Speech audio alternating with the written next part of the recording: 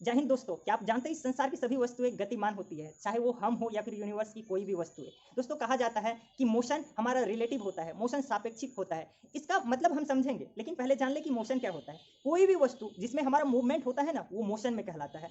बात करते हैं किसी भी वस्तु में यदि वो समय के हिसाब से या फिर अपने सराउंडिंग के सापेक्ष अपनी पोजीशन को चेंज करता है तो वो मोशन में कहलाता है। यहाँ तक कि इंसान जिंदा है, इस बात का निर्धारण भी किया जाता है कि उसमें मोशन निहित होता है।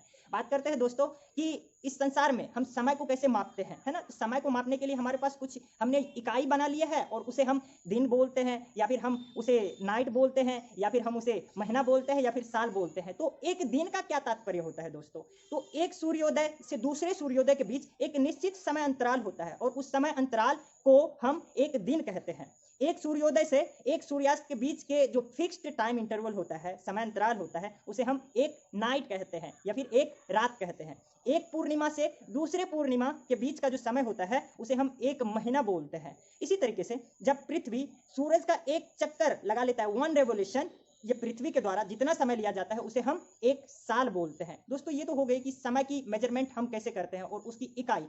तो इसके अलावा बात की जाए, ये तो हमने एक दिन जान लिया, एक महीना जान लिया, एक साल जान लिया, लेकिन हम एक दिन से छोटे समय को कैसे मापेंगे और इसके लिए हमारे पास क्या युक्तियां हैं? तो दोस्तों अभी तो हमारे पास ढेर तरह की स्टॉप वॉचेज है, digital clocks, hand clocks, wall clocks, ढेर तरह की इक्विपमेंट उपलब्ध है। लेकिन बात की जाए पुराने समय के लोग इस समय को कैसे मापते थे, तो वो चीज मैं आज आपके साथ शेयर करने के लिए जा रहा हूँ। दोस्तों वे यूज करते थे सन डायल का, यहाँ पर सैंड क्लॉक का, पेंडुलम क्लॉक का। ये सब क्या होता है? तो यहाँ पर ध्यान से देखिए, सन डायल, इसका मतलब क्या हुआ? कुछ इस प्रकार से इसे समझने की कोशिश कीजिए। ये रहा हमारा एक जमीन का सरफेस, इससे फिक्स कर दिया हमने एक स्टिक को, ठीक ना। मान लीजिए ये सूरज अभी हमारा यहाँ पर है, सही है, सूरज बाबा अभी यहाँ पर है हमारा, तो इसका परछाई हमारा कुछ इधर बनेगा। मान लीजिए अभी यहाँ पर बन रहा है, फिर ये सूरज हमारा यहाँ पर आ रहा है, सही है, तो इसके सापेक्ष इसका परछाई हमारा कहाँ पर जाएगा? कुछ इस प्रकार से हमारे पास यहाँ पर आ जाएगा इसका परछाई। तो हम इस प्रकार से सूरज जैसे जैसे बदलता है तो इसके परछाई का पोजीशन भी हमारा चेंज होता जाता है। तो इस आधार पे ये हमारा सनडायल काम करता था और हम बोलते थे कि समय का मापने का काम हमारे जो एंसेस्टर पूर्वज थे वो किया करते थे। बात करते हैं ये महाराजा जय सिंह द्वितीय, ये कौन थे? तो एक बहुत ही बड़े कह सकते हैं महान आर्किटेक्ट और मैथमेटिशियन और फिलोसफर, जिन्होंने उज्जैन, वाराणसी, जयपुर, दिल्ली और मथुरा में हमारा जंतर मंतर का निर्माण किया था, सही है। हालांकि मथुरा का जंतर मंतर तो अभी ध्वस्त हो गया है, लेकिन आपको अभी भी इन 4 जगहों पर जंतर मंतर देखने को मिल जाएगी। हम बात करेंगे इसका चर्चा हमने क्यों किया, तो थोड़ा सा धैर्य बना करके रखें। दोस्तों बात करते हैं हमारा नेक्स्ट, कैंडल क्लॉक या फिर सैंड क्लॉक। इसका यूज कब किया जाता था और किसके द्वारा? तो यूरोपियन जो थे ना, वो कैंडल क्लॉक या फिर ये हमारा सैंड क्लॉक का यूज करते थे। वो इस सिद्धांत पर कार्य करते थे कि हमारे पास चैम्बर होता था जिसमें बालू भर दिया जाता था। वो एक चैम्बर से दूसरे चैम्बर में बालू आने में, कुछ निश्चित बालू आने में एक फिक्स्ड समय लगता था, और चाहे वो इस चैम्बर से इस चैम्बर में आए या फिर नीचे वाले चैम्बर से ऊपर वाले चैम्बर में जाए, जब हम इसे पलट दे तो वो समय हमारा फिक्स्ड होता था और इस फिक्स्ड समय को हम 1 घंटा बोलते थे। और ये ग्लास का बना हुआ होता था हमारा चैम्बर, तो हम इसे आवर ग्लास के नाम से भी जानते थे। कुछ इसी सिद्धांत पर हमारा ये कैंडल क्लॉक भी काम करता था। बात करते हैं पेंडुलम क्लॉक, तो ये क्या होता है? तो सबसे पहले हम पेंडुलम को समझते हैं। बच्चों मान लीजिए आपके पास कोई एक स्ट्रिंग है, यहाँ पर स्ट्रिंग, ये रस्सी आप कह सकते हैं, इसमें एक हमारा कोई चीज लटका दिया, पत्थर, गिट्टी, कुछ भी।